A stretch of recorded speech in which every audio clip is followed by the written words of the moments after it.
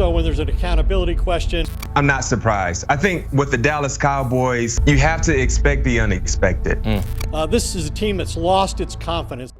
The Dallas Cowboys have a serious problem on their hands, and it's not what you'd expect. Coming off their worst season in 4 years, finishing 7-10 and missing the playoffs for the first time since 2020, the Cowboys just endured one of the most disappointing statistical performances in franchise history. We knew changes were coming, but not like this. This offseason has been anything but predictable for America's team. Parting ways with Mike McCarthy wasn't a surprise, but his replacement, that definitely raised eyebrows. The Dallas Cowboys promoting from within, making Brian Schottenheimer their new head coach. The Cowboys handed the reins to former offensive coordinator Brian Schottenheimer, a move that left many scratching their heads. And their entire mindset with this offseason and how they handle this coaching carousel has been confusing. Sure, Shottenheimer has 25 plus years of coaching experience, but he's never really been an NFL head coach. And for a franchise as high profile as Dallas, with the ability to attract almost any available coach, was Schottenheimer really the best choice? With that one decision setting the tone, the Cowboys enter the 2025 season with more uncertainty than they faced in over a decade. What's next for the Cowboys? How do they climb back into contention? We're gonna break it all down in this video. And make sure you stick around to the end of this video to see who I think the Dallas Cowboys will take with the number 12 overall pick in the 2025 NFL Draft. And also, if I think the Dallas Cowboys are going to be legitimate contenders during the 2025 season. I mean, the reality is the Cowboys have their worst winning percentage in 5 seasons under Mike McCarthy in Dallas.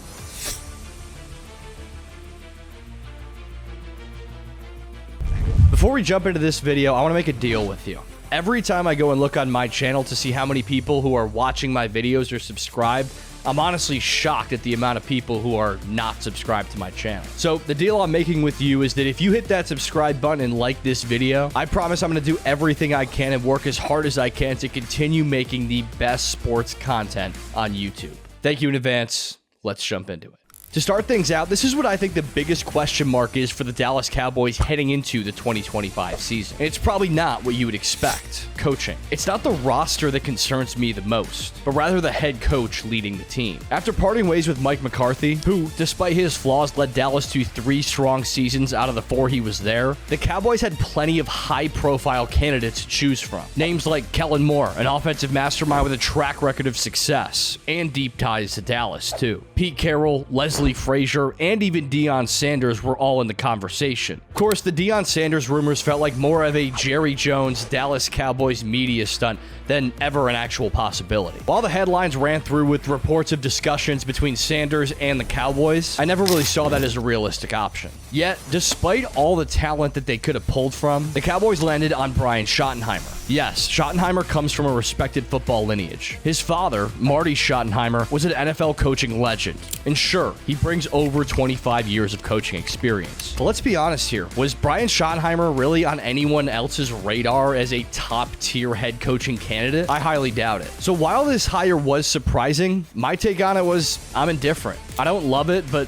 I don't hate it either. I understand why the Cowboys made the move, but I just can't shake the feeling that there were stronger candidates available on the market. In my opinion, there were 2 main reasons the Dallas Cowboys hired Brian Schottenheimer. One expected and one that few in the NFL are talking about right now. First, multiple reports suggested Dak Prescott pushed for him. But the second, and in my opinion, the more important reason, is that Schottenheimer aligns perfectly with Jerry Jones's long-standing philosophy, hiring coaches he can control. This pattern isn't new. We saw it with Jason Garrett, we saw it with Mike McCarthy, and now we're seeing it again with Brian Schottenheimer. Jerry Jones wants a head coach who won't challenge him on personnel decisions or push back against the front office. And Schottenheimer, he fits this mold to a T. But here's the thing, you can't keep using the same approach and expect different results. If the Dallas Cowboys seriously wanted to shake things up and make a push for a Super Bowl, they should have brought someone in outside of the current system. Someone who could break the cycle and finally get them over the proverbial hump. But at the end of the day, it's Jerry's world. So this move, not surprising at all in my book.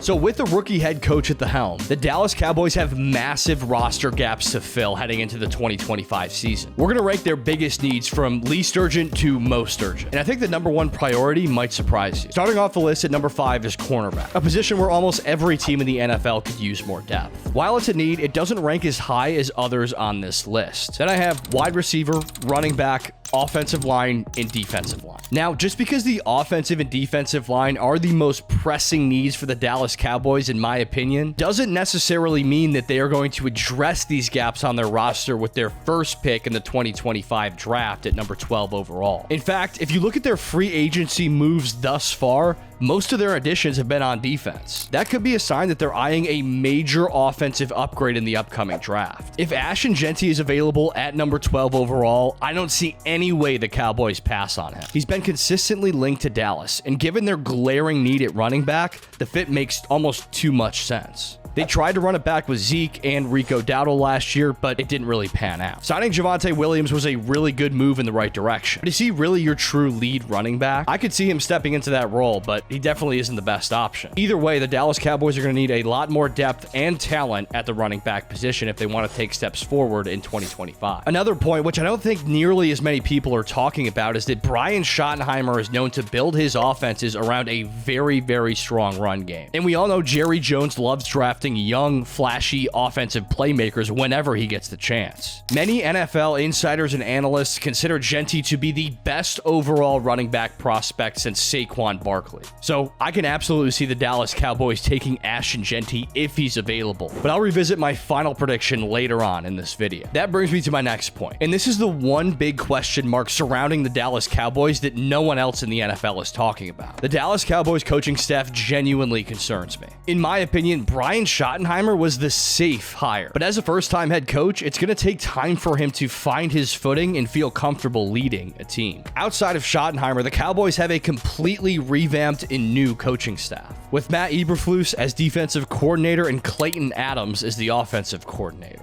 I actually like the Matt Eberflus hire at defensive coordinator. Yeah, his tenure as head coach in Chicago was rough, but he has a strong track record as a defensive coordinator. But Clayton Adams, that's the big question mark in my opinion. This will be his first time as an offensive coordinator in the NFL, which naturally comes with some uncertainty. The addition of Ken Dorsey as the pass game specialist helps for sure, but still, it would worry me a little bit if I were a Cowboys fan. And to play devil's advocate to this point, I guess it really doesn't matter if you have a top-tier offensive coordinator when your old offensive coordinator got elevated to head coach. So you already know that you're going to have an offensive-minded head coach as the leader of the team, and he can direct that offensive coordinator. But who knows? Regardless of how things pan out, it's clear that this coaching staff will need some time to establish their system, build chemistry, and develop an identity. With so many of them new to the team and several stepping into major roles for the first time, it definitely won't be an overnight process. So that brings us to the big question and what I hinted to at the beginning of this video. Who will the Cowboys take with the number 12 overall pick in the 2025 NFL Draft? I really think there's 5 different directions they could go in, and I'll rank them all in order of least likely to most likely. Adding a cornerback is probably the least likely move for the Dallas Cowboys at the number 12 slot, especially after signing Kaiir Elam from the Bills in free agency. However, if they do opt for a corner, Michigan's Will Johnson or Jahdae Brown out of Texas would be excellent choices. Wide receiver and running back are the next most probable positions the Dallas Cowboys will address, but only under specific circumstances. The only scenario where I see them pulling the trigger on either position is if Ashton Jeanty is available at number 12. Otherwise, given the depth at both positions in this year's draft, selecting a wide receiver or a running back that early just seems unlikely. If anything, I think they're going to go with Ashton Jeanty. While there is a need at both of these positions, the Cowboys already have a top 5 receiver in CeeDee Lamb and recently signed Javonte Williams at running back, making these positions less urgent in my opinion. The most pressing needs and the most likely targets at number 12 are on the offensive and defensive lines, with the defensive line being a clear priority. I expect the Cowboys to reinforce the offensive line later on in the draft or through free agency, but addressing the defensive front early is absolutely crucial. The Cowboys had one of the worst defensive seasons in franchise history in 2024, so they need a marquee addition if they want to take steps forward on the defensive front in 2025. Most mock drafts have them selecting Mykel Williams out of Georgia, but I could also see them going with Shamar Stewart from Texas A&M. That's of course given that they're both still available at number 12. So that brings us to our last question. Do the Dallas Cowboys have a legitimate chance at being elite in 2025? Well, the jury is definitely still out on that. In my opinion, the 2024 Dallas Cowboys were defined and ultimately held back by injuries. The biggest blow was Dak Prescott, missing the second half of the season, but a long list of key players also missed multiple games too, making 2024 just a constant uphill battle. The good news, most of these players will be back in 2025. The bad news, even before Prescott's injury, the team was just 3-5 and nowhere near the contender they were in the NFC the previous season. That said, they should be in better shape this season. Add in the energy of a new head coach and coaching staff, and there's going to be plenty of discussion surrounding this team, as there always is. I do think they'll take steps forward in 2025, but not massive ones. I see them finishing around 10-7 or 11-6, potentially sneaking into the playoffs depending on how the NFC looks next year. But I don't expect them to make much noise beyond that. With a young coaching staff, this team is still definitely in the development phase, and any real progress is definitely going to take time. But that's just my take. What do you think? I read and respond to all the comments on all my videos, and I love hearing your takes. Drop your predictions in the comments section below. And if you like this video, make sure you like the video, hit that subscribe button, and turn your notifications on so you don't miss any of my future uploads. Thanks for watching, and I'll see you next time.